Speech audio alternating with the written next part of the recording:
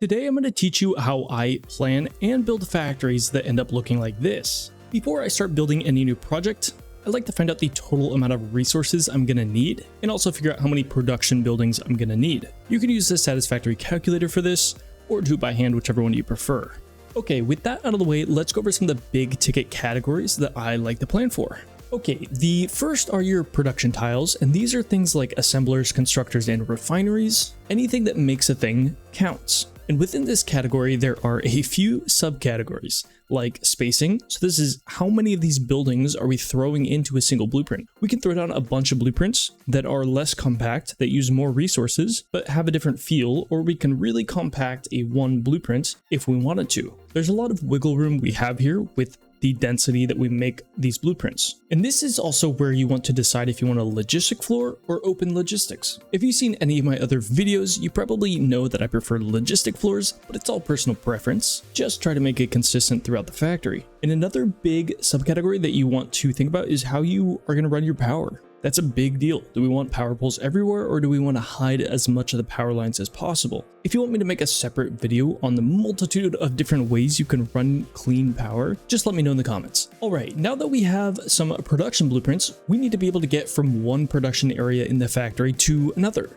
And that's where the next category comes in. That's going to be walkways. Having set walkway areas in your factory can elevate the general feel a ton. I really like using raised walkways. Adding a touch of lighting and detail can make them look super cool. I also prefer to have wider walkways, although I know it's 100% personal preference. The main thing here is that you make sure to try and incorporate some designated walking areas. The next category is interior and exterior walls, and honestly, this might be the most important and impactful on a build. When I create walls, I really like to have a minimum of one foundation in depth, and honestly, sometimes I go up to like 4 foundations deep in the wall. Okay, and I wanted to use an example in game. This is a sneak peek of a build that we're doing in our Let's Play on the stream, and this is the exterior of the walls. We also have the interior as well, and I want you guys to take a little guess on how thick this wall is.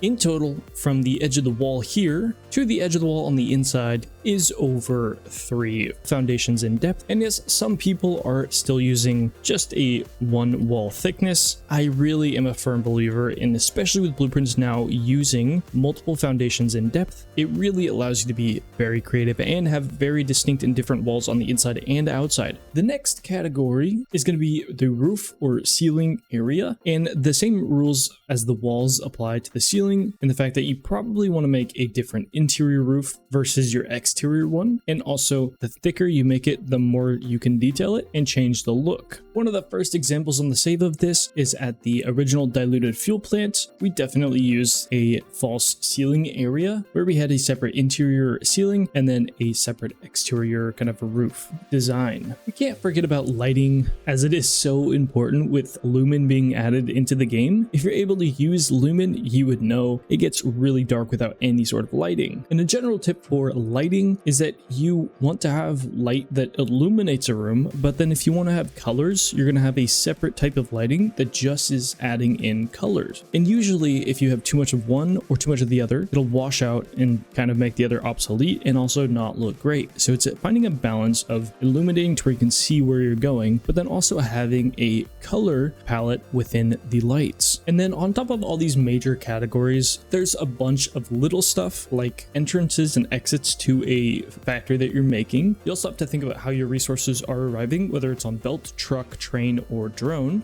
And then if you need to incorporate those logistic transports into the build at all, there's also connecting roadways, things like that, rail lines, all of those things. How are they connecting to the build if you need them to be? I just know that those can be easily forgotten when designing a build, as they might not be in the forefront of everybody's mind, so I thought I'd include them as kind of like a bonus little mini category. Before I show you how I use these categories to make some cool factories, I really just want to give some thanks to the ones who have supported on Patreon or who have joined on the YouTube or subscribed on Twitch. But make sure to subscribe here, it's free, and I'll give you a slice of cheesecake, and make sure to join the Discord. The way I build factories now is by combining as many of these categories that I just talked about into one blueprint as you can. I really like comparing these two blueprints because this one had a plan and a specific layout in mind, like factory macro, and it worked really well for that. But honestly, it doesn't have any of the other categories that go into it. On the other hand, we have this blueprint, which connects with an overall macro plan for a factory still,